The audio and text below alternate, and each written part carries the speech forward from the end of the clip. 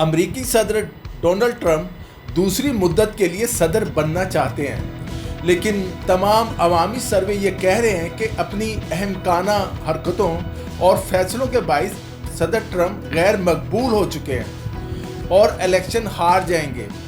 اب صدر ٹرمپ نے مطالبہ شروع کر دیا ہے کہ الیکشن ہی ملتوی کر دیا جائے۔ یہ صدارتی الیکشن اس سال 3 نومبر کو ہونے ہیں۔ کورونا وائرس کے باعث ایک تجویز یہ تھی کہ بذریعہ ڈاک ووٹنگ کا طریقہ اختیار کیا جائے تاکہ پولنگ اسٹیشنز پر ووٹرز کا رش نہ لگے، لیکن ٹرمپ کا کہنا ہے کہ اس میں دھاندلی کا خدشہ ہے۔ امریکہ اور چین کے درمیان بڑھتی ہوئی کشیدگی اور سرد جنگ نے پوری دنیا کو ایک نئے بحران کی طرف دھکیل دیا ہے۔ امریکہ چین کو زج کرنے کے لیے اس پر مختلف قسم کی پابندیاں لگا رہا ہے، تو جواب میں چین نے بھی امریکی کمپنیوں پر تجارتی پابندیاں لگانی شروع کر دی ہیں۔ دونوں ملکوں نے ایک دوسرے کے قونصلیٹ بھی بند کر دیے ہیں۔ برطانیہ، آسٹریلیا اور بھارت کھل کر چین کے خلاف امریکہ کا ساتھ دے رہے ہیں، جبکہ روس، پاکستان، ایران چین کے ساتھ کھڑے ہیں۔ جاپان اور جنوبی کوریا بھی چین کے خلاف امریکہ کے اتحادی ہیں۔ جہاں تک یورپی ممالک کا تعلق ہے، وہ ماضی کی طرح کھل کر امریکہ کی حمایت نہیں کر رہے۔ یورپی یونین کے امریکہ اور چین دونوں سے کاروباری مفادات وابستہ ہیں۔ برطانیہ نے امریکی دباؤ پر چین پر بعض پابندیاں لگائیں اور ہواوے کو کام کرنے سے روک دیا، تو چین نے 2 ٹوک لفظوں میں کہا کہ برطانیہ کو امریکہ اور ترقی میں سے کسی ایک کا انتخاب کرنا ہوگا۔ اسی طرح جرمنی میں چینی سفیر نے خبردار کیا تھا کہ اگر جرمنی میں ہواوے کے 5G نیٹ ورکس میں رکاوٹ ڈالنے کی کوشش کی گئی تو اس کے نتائج جرمن کار سازوں کے لیے اچھے نہیں ہوں گے۔ ان کے اس بیان کے بعد خدشہ پیدا ہو گیا تھا کہ بیجنگ اس طرح کے ہتھ کنڈے دوسرے ملکوں کے مفادات کے خلاف بھی استعمال کر سکتا ہے۔ جرمنی یہ برداشت نہیں کر سکتا کہ چین میں اس کی کاروں پر پابندیاں لگا دی جائیں۔ چین کی دھمکی کے بعد جرمنی غیر جانبدار ہو گیا۔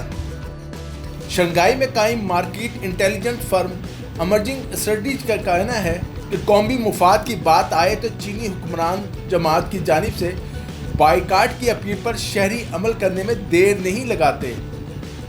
دنیا کے غیر جانبدار اقتصادی ماہرین اس بات پر متفق ہے کہ امریکہ کا سورج غروب ہو رہا ہے اور امریکہ کی جگہ چین لے رہا ہے۔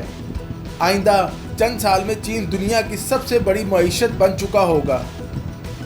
اب امریکہ یہ چاہتا ہے کہ کسی نہ کسی طرح چین پر پابندیاں لگا کر اس کی تیز رفتار ترقی اور بڑھتی ہوئی آمدنی کے آگے بند باندھا جائے۔ چین کی معیشت مضبوط ہوئی تو اس نے اپنی دفاعی طاقت میں بھی کئی گنا اضافہ کر لیا ہے۔ چین نے میزائلوں، جنگی جہازوں سمیت کئی جدید ترین دفاعی آلات بنا لیے ہیں، جو کسی طور بھی امریکی ہتھیاروں سے کم نہیں۔